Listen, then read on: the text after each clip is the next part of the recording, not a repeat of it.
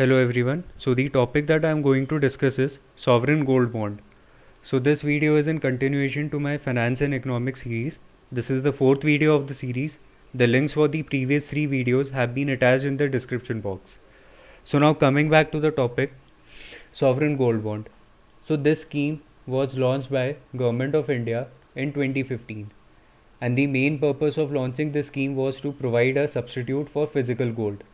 अब देखिए हमारी कंट्री में क्या है, गोल्ड को लेके हमेशा से ही बहुत ज़्यादा डिमांड रही है, चाहे ज्वेलरी हो या इन्वेस्टमेंट का पर्पस हो, कुछ भी पर्पस हो, gold is very much preferred in our country. और इसी की वजह से गोल्ड का डिमांड बहुत हाई रहा है कंट्री में. गोल्ड की कंजम्पशन बहुत हाई रही है कंट्री में हमेशा. In fact we are the fourth biggest importer of gold in the world. अब देखिए इस सिनेरियो में प्रॉब्लम क्या आती है कि ठीक है, demand is very high, consumption is very high, but we are not a gold producing nation. तो ये डिमांड को फुलफ़िल करने के लिए हम लोग क्या करते हैं, दूसरी कंट्री से गोल्ड इंपोर्ट करते हैं. और जो गोल्ड हम इंपोर्ट कर रहे हैं, it is done through our forex reserve. Forex reserve is your foreign exchange reserve, मतलब दूसरी कंट्रीज़ की जो करेंसीज़ है. तो दूसरी कंट्रीज़ की करेंसीज़ हम स्टोर करके रखते हैं अपने पास, चाहे डॉलर हो, येन हो, युआन हो, कोई भी करेंसी हो. वो करेंसी थोड़ा पोर्शन हम उसका अपने पास स्टोर करके रखते हैं, और उसी करेंसी को यूज़ करते हैं हम to purchase various things like gold and many other things. अब जैसे मैंने अभी बोला कि forex reserve is use to purchase various things. तो कौन कौन सी चीज़ें है वो, गोल्ड हो गया आपका एक, उसके अलावा आपका क्रूड ऑयल है, that is also purchase through forex reserve. फिर इनफैक्ट हम लोग फॉरेन कंट्रीज़ के साथ जो भी डील कर रहे हैं, most of the deals are done through our forex reserve only. जैसे फ्रांस के साथ हमने रफाल एयरक्राफ्ट की डील की, तो उसमें भी the aircraft that we'll purchase it will be through our forex reserve. अब प्रॉब्लम क्या आती है कि गोल्ड का कंजम्पशन इतना हाई है, तो जो है फॉरेक्स रिजर्व का मैक्सिमम पोर्शन गोल्ड के इंपोर्ट में ही लग जाता है, जिसकी वजह से गवर्नमेंट बाकी चीज़ों में यूज़ नहीं कर पाती फॉरेक्स रिजर्व को. तो इसी प्रॉब्लम का सल्यूशन गवर्नमेंट ने निकाला by providing an option to people to purchase gold in electronic form, and that is your sovereign gold bond scheme. अब देखिए इस स्कीम के बारे में और जानने से पहले हमें ये चीज़ की क्लैरिटी होनी चाहिए कि बॉन्ड एग्जैक्टली होता क्या है. ठीक है, अभी तक मेरे को स्कीम का ये समझ में आया है कि instead of buying physical gold I am buying gold in electronic format. वो तो ठीक है, बट कैसे स्कीम काम कर रही है, तो वो समझने के लिए बॉन्ड की क्लैरिटी आपको होनी चाहिए. सो बॉन्ड होता क्या है. So bond it is a fixed income debt security. It can be issued by government और अ प्राइवेट ऑर्गेनाइजेशन.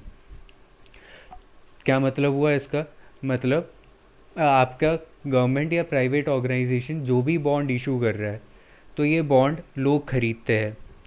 और इस प्रोसेस में बेसिकली क्या हो रहा है कि आपने मतलब जिसने भी ये बॉन्ड को ख़रीदा, उसने बॉन्ड इशूअर को पैसे लेंड किए हैं.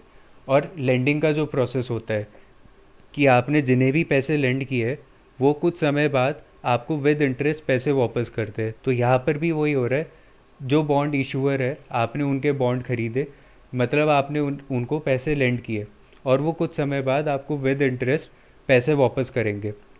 सो this is how a bond works. अब आपको और अच्छे से समझाने के लिए मैं एक सैम्पल बॉन्ड दिखाता हूँ. ये जैसे स्टेट बैंक ऑफ इंडिया का बॉन्ड है. सो इसकी डिटेल्स में अगर आपको दिखाऊँ, जैसे डेट ऑफ इशू, फिर valid up to 15 days from the date of issue. So this is known as a maturity period. Value of the instrument, this is known as face value. Face value कितनी है, 1000 rupees. Maturity period 15 days. तो इस मतलब 1000 rupees आप दोगे और आपको ये एक पेपर मिल जाएगा. So this paper is basically a proof that you have lended 1000 rupees to State Bank of India, and they are suppose to give you back the money with interest after 15 days. और यही same चीज़ या sovereign gold bond में भी है. यहाँ पर instead of state Bank of India government of India लिखा होगा, कुछ ना कुछ फेस वैल्यू होगी, कुछ ना कुछ मेच्योरिटी पीरियड होगा. तो आप उस फेस वैल्यू पे वो बॉन्ड खरीदते हो. आप मतलब जो भी फेस वैल्यू है आप उतने पैसे दोगे, और उसके बदले आपको एक पेपर मिल जाता है, and that paper will be a proof that yes you have lended money to government of India and they are suppose to return you back the money with interest after the maturity period. अब face value है कितना sovereign gold bond का? So it is the market value of gold at that time. मतलब जिस भी date में issue हो रहा है बॉन्ड, उस डेट में गोल्ड की जो भी वैल्यू होगी वही फेस वैल्यू होती है बॉन्ड की. इसीलिए इस स्कीम का नाम जो है गोल्ड बॉन्ड रखा है.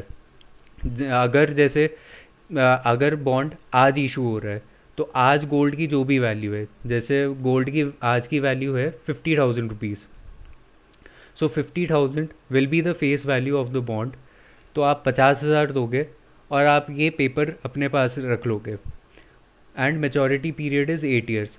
तो 8 साल बाद गवर्नमेंट ऑफ इंडिया ने आपको पैसे वापस करने हैं. कितने पैसे वापस करने हैं? Market value of gold at that time. तो आज जैसे आज की डेट में गोल्ड की प्राइस है 50,000 रुपये, 8 साल बाद हो सकता है 80,000 हो. तो अगर 80,000 है तो गवर्नमेंट आपको 80,000 रुपीज़ वापस करेगी. सो this is what sovereign gold bond scheme is. A brief overview of sovereign gold bond scheme. तो अब जैसे मैंने आपको इंटरेस्ट का बोला, सो इंटरेस्ट रेट इज़ 2.5%. तो आपने अगर 50,000 पे इसे ख़रीदा तो 50,000 का 2.5% दैट विल बी 1,250 रुपीज़. तो उतने पैसे आपको हर साल मिलते रहेंगे एडिशनल. 8 साल बाद जो भी गोल्ड की वैल्यू है वो भी आपको मिलेगा. तो this is how the scheme works. अब इस स्कीम का मैंने जैसे आपको बताया कि maturity period is 8 years, but it can be traded in the exchange after 5 years. मतलब 5 साल के बाद अगर आपका मन कर रहा है किसी और को ये बॉन्ड बेचने का तो आप बेच सकते हो, लेकिन 5 साल बाद ही. 5 साल से पहले आप नहीं बेच सकते, आपको अपने पास रखना ही पड़ेगा ये. तो ये है सॉवरेन गोल्ड बॉन्ड स्कीम. अब अगर 2020 की बात करूँ मैं, तो ये 6 बैचेस या 6 ट्रांचेस में गवर्नमेंट ने निकालने का प्लान किया है फ्रॉम अप्रैल टू सितंबर. और मतलब अप्रैल में कुछ सर्टन डेट्स के लिए बॉन्ड निकलेगा, उस डेट्स पे लोग खरीद सकते हैं. मई में कुछ सर्टन डेट्स, वो डेट्स क्या है, ये रही वो डेट्स. अप्रैल की बात करें तो अप्रैल 20 टू 24. जुलाई की बात करूँ मैं तो 6 जुलाई टू 10 जुलाई. अगस्त 3 अगस्त टू 7 अगस्त. 31 अगस्त टू 4 सितंबर. तो इन डेट्स पे आप बॉन्ड को ख़रीद सकते हो. और जो भी गोल्ड की वैल्यू होगी इन डेट्स पे वही फेस वैल्यू होगी. और 8 साल बाद जो भी गोल्ड की वैल्यू होती है उस वैल्यू पे गवर्नमेंट आपको पैसे वापस करेगी. और जो 2.5% इंटरेस्ट है वो 2.5% इंटरेस्ट इसी डेट पे जो भी गोल्ड की वैल्यू है उसी का 2.5% लगेगा. तो ये है सॉवरेन गोल्ड बॉन्ड स्कीम. अब ये गोल्ड बॉन्ड स्कीम का क्या है, that any resident of India can purchase this bond and it can be purchased on behalf of a minor also. अब जैसे 18 साल से कम उम्र का जो भी बच्चा है तो कोई भी अडल्ट उसके बिहाफ पे ये खरीद सकता है. That kid is not allowed to purchase the bond but any adult can purchase on his or her behalf. ठीक है. और बाकी एनआरआईज ये स्कीम यूटिलाइज नहीं कर सकते. लेकिन अगर किसी पर्सन ने ये स्कीम ली और मेचोरिटी से पहले पहले that person became an NRI, तो वो अपने पास रख सकते हैं ये बॉन्ड, बट ही और she cannot trade the bond on stock market. तो जो मैं आपको बता रहा था कि 5 साल बाद आपके पास ये ऑप्शन रहता है कि आप इसे बेच सकते हैं, बट अगर आप एनआरआई हो गए उस टाइम पीरियड पे तो आप किसी को बेच नहीं सकते ये स्कीम. अब जो है गोल्ड खरीदने की भी लिमिट है. तो लिमिट क्या है, minimum limit is 1 gram of gold. अब मैंने जो आपको 50,000 बताया गोल्ड का price, that is 10 gram of gold. तो मतलब मिनिमम आप 1 ग्राम खरीद सकते हो. मतलब 5,000 रुपये will be the minimum face value. अगर बॉन्ड आज इशू हो रहा होता, अगर 6 जुलाई को जैसे इशू हो रहा है तो 6 जुलाई को जो भी डेट होगी, जो भी रेट होगा बॉन्ड का उतना फेस वैल्यू रहेगा. And maximum is 4 kg for an individual and 20 kg for an institution. तो 4 kg की जो भी वैल्यू है उतना मैक्सिमम रहेगा. और 2.5% वो उसी प्राइस का लगेगा और 8 साल बाद 4 kg गोल्ड की जो भी वैल्यू होगी फिर उतना ही आपको रिटर्न मिलेगा। मतलब डिपेंडिंग ऑन, अगर आपने 4 kg लिया है, अगर आप 1 ग्राम लेते हो तो 1 ग्राम का 8 साल बाद जो प्राइस होगा आपको उतने पैसे वापस मिलेंगे। And these bonds they can be purchase from post offices और बैंक्स और stock holding corporation of India limited. तो इन 3 ऑर्गेनाइजेशन से आप ये बॉन्ड परचेज कर सकते हो।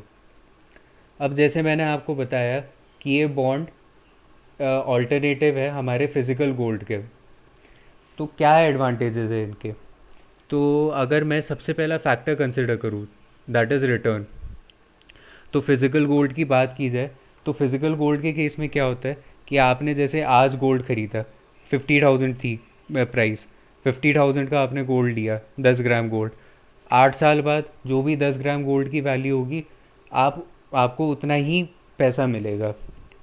इनफैक्ट हो सकता है शायद उससे भी थोड़ा कम मिल जाए, क्योंकि मेकिंग चार्जेस भी लगते हैं, तो वो हटा के हो सकता है आपको थोड़ा कम पैसे मिले।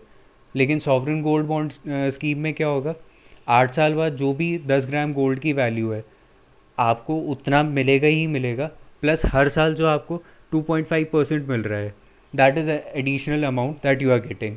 तो रिटर्न की बात करें तो रिटर्न फिजिकल गोल्ड से कंपेयर करें तो सॉवरेन गोल्ड बॉन्ड में the returns are higher. Safety की बात करें तो फिजिकल गोल्ड में आपका वेयर एंड टेयर का रिस्क रहेगा, प्लस चोरी का भी डर रहता है। लेकिन सॉवरेन गोल्ड बॉन्ड के केस में ऐसा है ही नहीं, क्योंकि ये इलेक्ट्रॉनिक फॉर्मेट में आप परचेज कर रहे हो, तो इलेक्ट्रॉनिक फॉर्मेट में वेयर एंड टेयर का कोई रिस्क नहीं है, प्लस चोरी का भी कोई रिस्क नहीं है। प्योरिटी की बात करूँ तो फिजिकल गोल्ड में प्योरिटी का क्वेश्चन हो सकता है आपने आज जो गोल्ड खरीदा वो प्योर गोल्ड ना हो, उसमें कुछ ना कुछ अडल्ट्रेशन किया हो। बट सॉवरेन गोल्ड के केस में ऐसा हो ही नहीं सकता, क्योंकि इलेक्ट्रॉनिक फॉर्मेट में आप परचेज कर रहे हो। गेंस की बात करें तो long term capital gains physical gold में 3 साल बाद लगते हैं। ये आपका टैक्स होता है, मतलब आपने अगर जैसे गोल्ड पे आपको जो भी प्रॉफिट लगा तो उस प्रॉफिट का कुछ परसेंटेज आपको जो है देना पड़ता है गवर्नमेंट को in the form of tax. लेकिन सॉवरेन गोल्ड के केस में आपका ये long term capital gain tax नहीं लगेगा आफ्टर मेच्योरिटी। लेकिन अगर लॉक इन पीरियड के बाद आपने बेचा उसे, मतलब 5 साल बाद अगर आप बेचते हो तो आपका long term capital gain tax लगता है। तो अगर टैक्स बचाना है तो उसमें भी जो है sovereign gold bond is much preferred then your physical gold. Collateral की बात करूँ, कोलैटरल होता है अ फॉर्म ऑफ सिक्योरिटी। आप अगर मतलब पैसे ले रहे हो किसी से तो आप बदले में कुछ ना कुछ कोलैटरल पकड़ाते हो कि in case you are not able to repay the loan, तो जो क्रेडिटर है वो उस कोलैटरल को यूज़ कर सकता है।